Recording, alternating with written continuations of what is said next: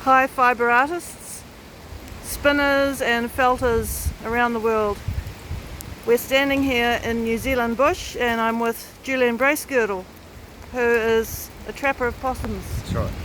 And we're here to ask him how fibre artists can help solve some of these really bad environmental problems that we have here. So I'm going to turn the phone around and okay, cool, Julian. Right. Good afternoon, how are you? Right, so we're at the base of Mount Taranaki at the moment, and it's not the nicest of days, but we'll do the best to answer any questions. Right. Okay, great. So can you please tell us about possums and why they're a problem here in New Zealand? So I started off hunting possums as a young child, like 5 years old, out there shooting with my father and my uncles and stuff. And so possum hunting is in the blood. My actual uncle is the main possum buyer here in Taranaki. So with the particular properties that we hunt, because I've been there since I was 5 years old to now, the amount of trees that have disappeared from the foliage, because apparently each possum can eat 5 kilo of foliage in a night. So if you've got 10 million worth of possums, there's a lot of foliage disappearing. So that particular block now, a lot of the trees have disappeared, and but in saying that, some of the trees that we've hit hard are starting to grow back again. Some of these other farms we've hunted are dairy farms.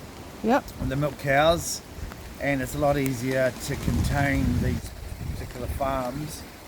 And some of these farms have taken 800 possums off in 3 years, and they're not big farms, but the regrowth is very, very noticeable.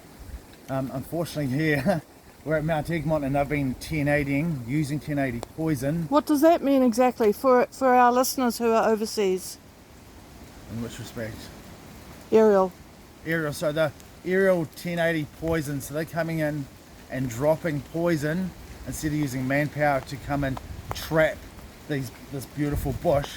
So using helicopters? Yeah, using helicopters, and it's actually happening right at the moment. So they had 4 helicopters up here in the weekend, and they dropped something like 70 tonne of pre-feed, and so now they're about to go and poison after this rain, and it could be 150 tonne of poison, maybe even more.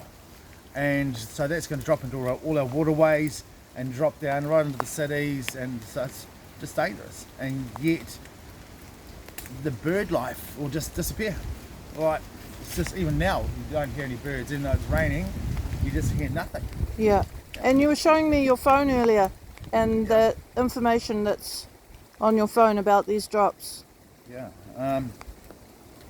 So on the weekend they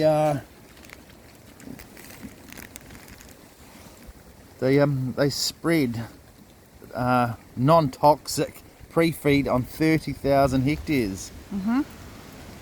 And now they're going to poison. They're not trying to protect these because they're just going to be killing them. And another block up north of Taranaki, they're looking at 35,000 hectares, and yet some of us have never even heard kaka up there, yet we're hunting up there a lot. So what are these words here? Kaka? The Our species. people. Species of birds. Species of birds. Okay. Kiwi, kaka, kakariki, short long-tailed bats. Right, and these are only found in New Zealand? Yeah. Nowhere else overseas? So 35,000 hectares. So lots of money to kill possums, or yet all they need to do is get some guys out there, pay them money or a bounty, Yeah. and we go out there and do it properly. Right, so now we've got some possum fibre here. Yep. So this is the possum fibre that when you trap the possum and you quickly tap it on the head, you've got about a 5 minutes window before the rigor mortis sets in, and the cell holds the fibre and you can't get it out. So you quickly take it off with your hands, and this is this beautiful soft fibre here, super warm, super light, and it's just beautiful. Yeah, cool. So in terms of animal welfare, what's your approach to making sure they don't suffer. So the quickest and best way is a quick tap to the head, you know, back of the head with a hammer, and it's so fast. You just, you know, grab the tail with your back leg. One swift hit the back of the head, she's Yep. all over. Over and done with. Over and done with, And- straight away. Yeah. And what? Yeah. Sorry. Yeah, right. Sorry, I interrupted. So yeah, so no one wants to be inhumane. You want to get it done as quickly as possible, and you're not there to hurt the possum. You're there to eradicate them, to look after the bush without using poison. You know? Brilliant. And so, if they are poisoned, what's the nature of their death? Long, very long and painful. And it takes quite a while because their stomach's burning out and they're dying really, really slowly. Yeah. And it's just excruciating pain. Like, it can take hours and hours and hours of dying. Yeah. And then, like, I've seen dogs firsthand dying from tennating, and Yeah. you never want to see it. Yeah. No. And even a friend of mine who does a lot of trapping east of here, the amount of pigs he's had to put down, and they've been struggling for like 2 or 3 weeks. Oh, really? Just their eyes, oh, it's disgusting. You never ever want to see animals in that much pain ever. Right. And yet they still continue to spread the stuff in this.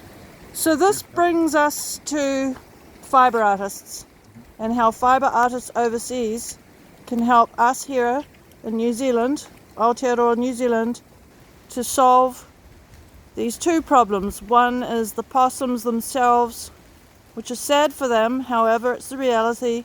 And number two, finding a better way to bring their numbers down without using aerial poisoning. So in your hands there, Julian, we've got some beautiful Possum-Merino yarn, which is getting a bit wet because of the rain. And then we've also got unprocessed possum fibre. This is A grade in the plastic bag, which may be of interest to spinners and felters and people who would like to blend the fibre in its raw state with other fine fibres like merino. We also have sliver for spinners, but unfortunately don't have it with us today. And we also have pre-felt. So this is pre-felt. Beautiful and soft and warm. Yeah. This we need for this time of the year.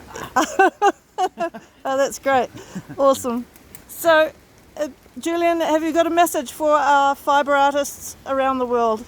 Don't get fur in your mouth. I think it's amazing. Beautiful and warm, natural, and be good to get this overseas. You guys will absolutely love it. We love it over here, and just get into it, I reckon. Yeah. So as well as the fibre itself, you'd also be helping us to solve this terrible environmental problem. Be very, very grateful for your consideration. Absolutely. Okay. Thanks so much, Julian. My pleasure. Thank you.